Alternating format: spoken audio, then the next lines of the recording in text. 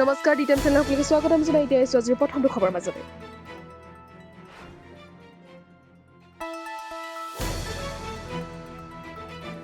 আজি দেশৰ ৪৫টা স্থানত অনুষ্ঠিত হ'ল ৰোজগাৰ মেলা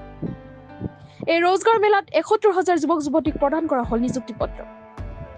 ভিডিঅ' কনফাৰেন্স যোগে এই ৰোজগাৰ মেলাত অংশ ল'লে দেশৰ প্ৰধানমন্ত্ৰী নৰেন্দ্ৰ মোদী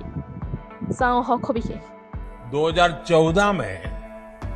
देश में जहां कुछ 100 स्टार्टअप थे वहीं इनकी संख्या आज 1 लाख स्टार्टअप तक पहुंच रही है और अनुमान ये है इन स्टार्टअप ने कम से कम 10 लाख युवाओं को रोजगार दिया है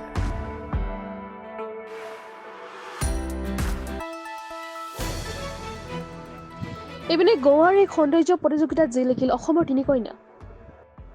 গোৱাৰ চেৰাজ বীজ ৰিজৰ্টৰ প্ৰতিযোগিতাত অংশগ্ৰহণ কৰি খিতাপ অৰ্জন কৰিবলৈ সক্ষম হ'ল পশ্চিম কাৰ্বি আংলঙৰ তিনি যুৱতী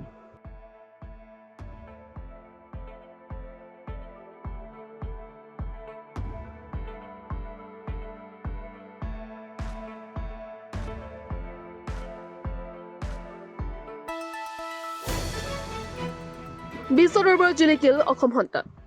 অসম সন্তান হৃদয় হাজৰিকাই আজাৰবাইজানত অনুষ্ঠিত হোৱা বিশ্ব শ্বুটিং চেম্পিয়নশ্বিপত অংশগ্ৰহণ কৰি ৰূপৰ পদক জয় কৰি গৃহভূমিলৈ গৌৰৱ কঢ়িয়াই আনিবলৈ সক্ষম হৈছে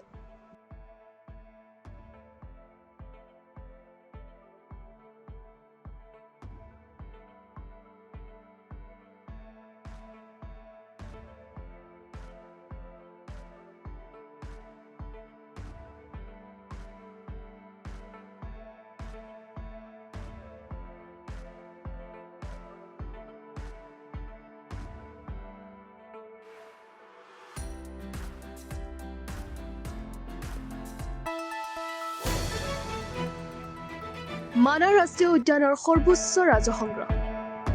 ৭টা বছৰৰ ভিতৰত সৰ্বোচ্চ ৰাজহ সংগ্ৰহ মানাহ ৰাষ্ট্ৰীয় উদ্যানত ৩৬খন বিদেশী ৰাষ্ট্ৰৰ ৭৯৯ গৰাকী পৰ্যটকে ভ্ৰমণ কৰিলে মানাহ ৰাষ্ট্ৰীয় উদ্যান তদুপৰি ৩৩খন ৰাজ্যৰ ৫৩,১৫৮ গৰাকী দেশীয় পৰ্যটকে ভ্ৰমণ কৰিলে মানাহ ৰাষ্ট্ৰীয় উদ্যান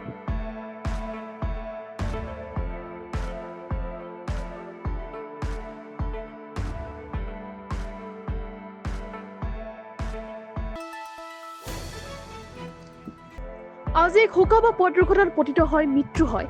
এছআই জোনমণি ৰাভাৰ ইপিনে এছআই জোনমণি ৰাভাৰ মৃত্যুত মাতৃৰ চাঞ্চল্যকৰ ভাষ্য